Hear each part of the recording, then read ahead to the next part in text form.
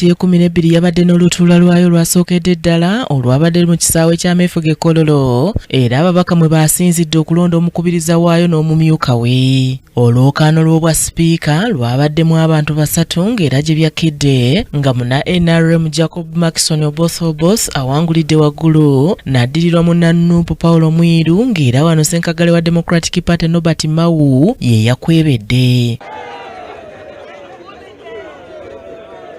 Mao nga yali asuubidde okuwagira obukulembeze bw'ekibiina ky'NRM mu lwokaano kyokka ne bigaana atuuzizza olukuŋŋaana lwa bannamawulire ku Paalamenti n'awoza olutabaalo. Mwalabye ekintu kyabadde kya bibiina nga buli omu alonda kala ye era nafunye omukisa gw'amaanyi obutakoma ku bululu 6. Waliwo gwe nabadde ngambye nti bwe siweza bululu 10 ngenda nakulekulira ofisi ya MP nve ne mu Paalamenti kubanga kijja kuba kiragira ddala nti tewali abantu 10 abayinza okundabawo.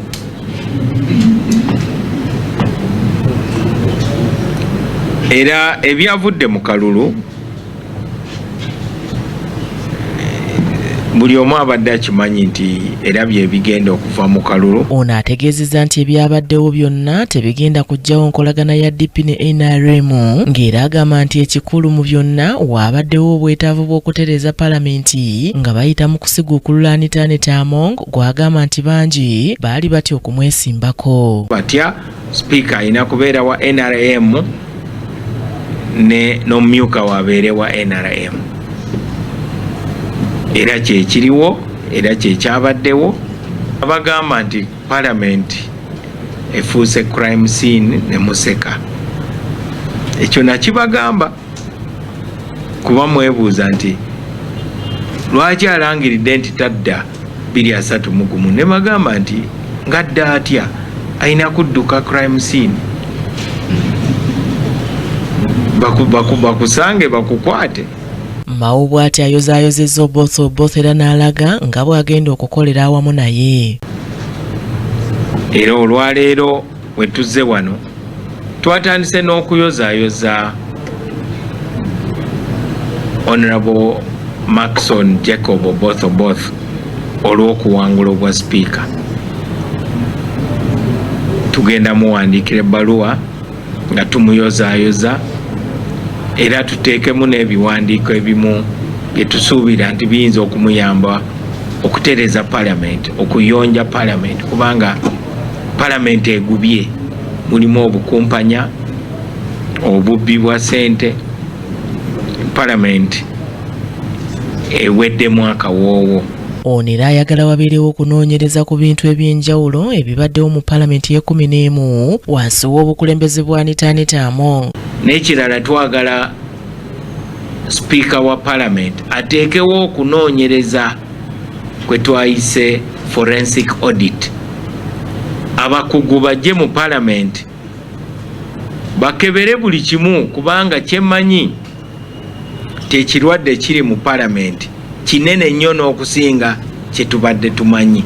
Kijja kubanga mu biseera bya obeera omwonoonyi n'okakanyala nga toyagala kwenenya awo obeera candidate wa Gehenna. N'olwekyo tulindirire tulabe ye kennyini ayinza okusalawo n'abaako kyakola. Naye sikiwa nti ajja genda yekka kubanga network ebaddewo.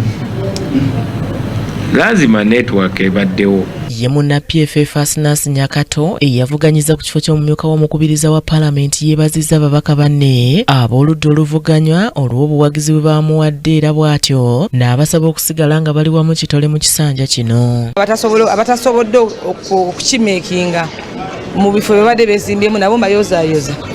Of course mu demokrasiya majority members bu Paalamenti be bakitutte. Naye naffe the minority members Parliament, we made our statement that it was not just about competing but we also had the numbers kakubegamba tezaaweze ekyo kyo ndi musanyufu nnyo ati I'm so proud of the 45 votes naye ate waliwo komiti Sebugenyi Joseph yakusakidde eggulire lino ku Racket TV amalindirire ebyo nga tubitadde